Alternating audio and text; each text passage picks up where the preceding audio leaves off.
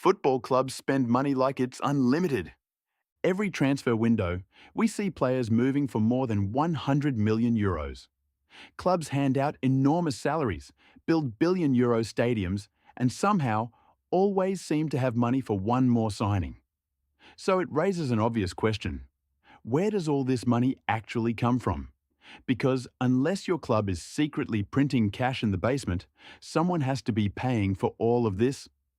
And the answer is much more interesting than simply saying, the owner is rich. In fact, the richest football clubs in the world don't become rich because their owners have the biggest bank accounts.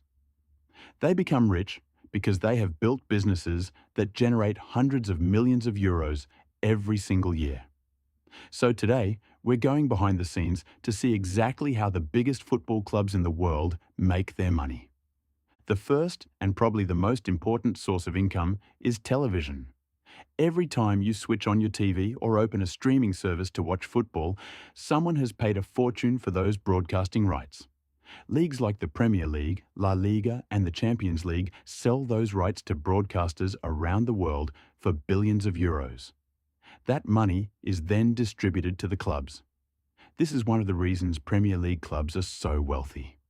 The league has become the most watched domestic football competition on the planet, and broadcasters are willing to pay incredible amounts because millions of people watch every weekend. The more successful your club is, and the more matches it plays in major competitions, the larger that slice of television money becomes. The second source is matchday revenue. At first, this sounds simple. Fans buy tickets, watch the game, and go home. But modern football stadiums are designed to make money long before the match even begins. Clubs earn from hospitality suites, premium seating, food, drinks, parking, museums, stadium tours, and club shops. Some supporters pay hundreds or even thousands of euros for VIP experiences. Multiply that by tens of thousands of fans over an entire season, and the numbers become enormous.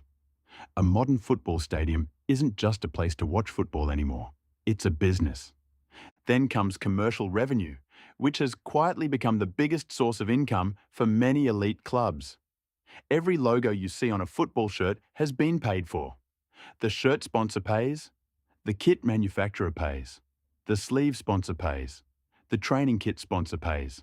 Some clubs even have dozens of regional sponsors around the world. Add merchandise sales into the mix, especially shirts, and you begin to understand why clubs with massive global fan bases have such a huge financial advantage. A supporter in Ghana, Japan, or Brazil buying an official shirt is helping fund the club just as much as someone sitting inside the stadium. The final major source is prize money. Winning trophies doesn't just earn you silverware, it earns you millions. Every stage of the Champions League comes with financial rewards. Win matches, progress through the knockout rounds, and eventually lift the trophy, and the money keeps increasing. Domestic leagues and cup competitions also pay prize money, although nothing compares to the Champions League. Success on the pitch almost always leads to more money off it. Now, let's look at how some of the world's biggest clubs use these revenue streams differently. Real Madrid are probably the best example of turning football into a global business. The club generates well over €1 billion in annual revenue, making it one of the highest-earning football clubs in history. But what makes Real Madrid special isn't just winning trophies. It's their ability to turn those trophies into commercial success. Sponsors want to be associated with winners. Fans all over the world buy Real Madrid shirts. Tourists visit the Santiago Bernabeu, even when there isn't a match. After its recent renovation, the stadium has become an entertainment venue capable of hosting concerts and major events throughout the year. Real Madrid aren't just selling football anymore. They're selling one of the most recognizable brands in world sport. Barcelona have a different story. Their global fan base is just as enormous, and they generate huge amounts of money from sponsorships, merchandise, and broadcasting. But Barcelona have something that many clubs dream of having: La Masia. Their famous academy has produced legends like Messi, Xavi, Iniesta, and Busquets, And now players like Lamine Yamal are continuing that tradition. Developing world-class players internally saves clubs from spending massive transfer fees. Of course, Barcelona have also become famous for financial drama. Every summer, social media somehow convinces itself that Barcelona are completely broke, only for the club to announce another expensive signing a few weeks later. The reality is more complicated. Barcelona generate enormous revenue, but they've also dealt with high wages, debt, and the expensive redevelopment of Camp Nou. Manchester United proved that success on the pitch isn't the only way to make money. Despite struggling to compete for the biggest trophies in recent years, United remain one of the most commercially powerful clubs in football.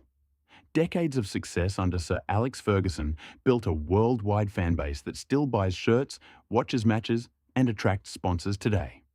Companies don't only pay for current success, they pay for global exposure, and very few clubs can match Manchester United's worldwide recognition. That's why even during difficult seasons, the club continues generating hundreds of millions in commercial revenue. Manchester City followed a completely different path.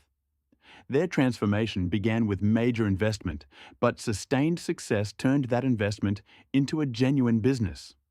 Winning Premier League titles and competing deep into the Champions League increased broadcasting income, attracted new sponsors, and expanded the club's global fan base.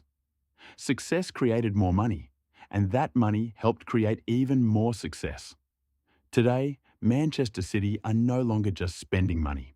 They're generating it through one of football's fastest-growing global brands. Liverpool show the value of history combined with modern success. Their supporters stretch across every continent, and Anfield remains one of football's most iconic stadiums. Recent stadium expansion has increased matchday income, while consistent Champions League qualification has boosted broadcasting and prize money. Liverpool's emotional connection with supporters is also one of their biggest commercial strengths. They're not just selling shirts, they're selling an identity that millions of supporters feel proud to belong to. Tottenham have found another way to make money. Their stadium is one of the most advanced in Europe and was designed for far more than football. NFL games, concerts, boxing events, and other entertainment all take place there. While many stadiums sit empty for most of the year, Tottenham's continues generating income even when the team isn't playing. It's a reminder that a football stadium can be one of a club's most valuable business assets. In Germany, Bayern Munich dominate through consistency. Regular league titles, Champions League football, and partnerships with major German companies have created one of Europe's healthiest football businesses. Borussia Dortmund, meanwhile, have built a reputation for discovering young stars before anyone else does. Players arrive with potential, develop into world-class talent, and are often sold for enormous profits. It's a strategy that allows Dortmund to compete financially with clubs that have much bigger budgets. Then there are clubs like Paris Saint-Germain. PSG have transformed themselves into a global lifestyle brand. Playing in one of the world's most famous cities certainly helps, but clever marketing, superstar signings, and international sponsorships have turned the club into much more than France's biggest football team. Their shirts have become fashion items, their brand reaches audiences far beyond football, and their commercial growth has been remarkable. Perhaps the biggest misconception in football is that rich owners simply buy success forever.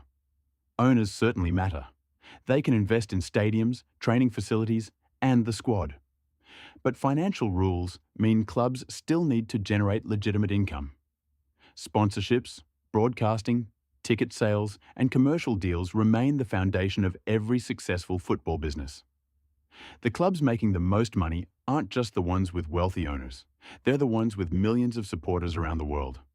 And that's really the secret behind football's biggest clubs.